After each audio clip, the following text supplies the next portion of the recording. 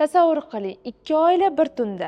Bittasi 5 marta uyg'ondi. Shovqin, qo'rquv, muammo. Ikkinchisi bir marta bolaga suv berish uchun. Farqi nimada? Bir necha soniyada tushuntiraman. Keling, ochiq-oydin gaplashaylik. Yosh oila deganda ko'z oldingizga nima keladi? Ertalab bolalarni maktabga tayyorlash, kiyim-kechak uchun joy yo'q. Oshxona tor, hammaga noqulaylik bor. Katta bola dars qilmoqchi, kichkintoy shovqin qilyapti. Alohida xona yo'q. Turmush o'rtog'im tashrif buyurdilar. Qayerga o'tirdilar? Mehmonxona ham, bolalar xonasi ham bitta. Tunda lift buzildi. Qo'riqchi yo'q. Qo'shni kechqurun musiqa tinglayapti. Sizga tanish holatmi? Endi ikkinchi oilani ko'ring. Xuddi shu 4 kishi, lekin ularning hayoti boshqacha. Ertalab 7 da uyg'onadilar. Keng oshxona, siz nonushta tayyorlayapsiz. Bolalar stol atrofida. Hech kim diskomfortda emas. 8 yoshli o'g'il o'z xonasida dars qilyapti, hech kim xalaqit bermaydi. 3 yoshli qiz bolalar maydonchasida o'ynayapti. U yerda bolalar uchun zamonaviy arg'imchoqlar bor. Turmush o'rtog'im keldilar. Marhamat, keng mehmonxona, hamma o'zini erkin his qiladi. Uyga kirishda qo'riqchi xushmuomala bilan kutib oladi,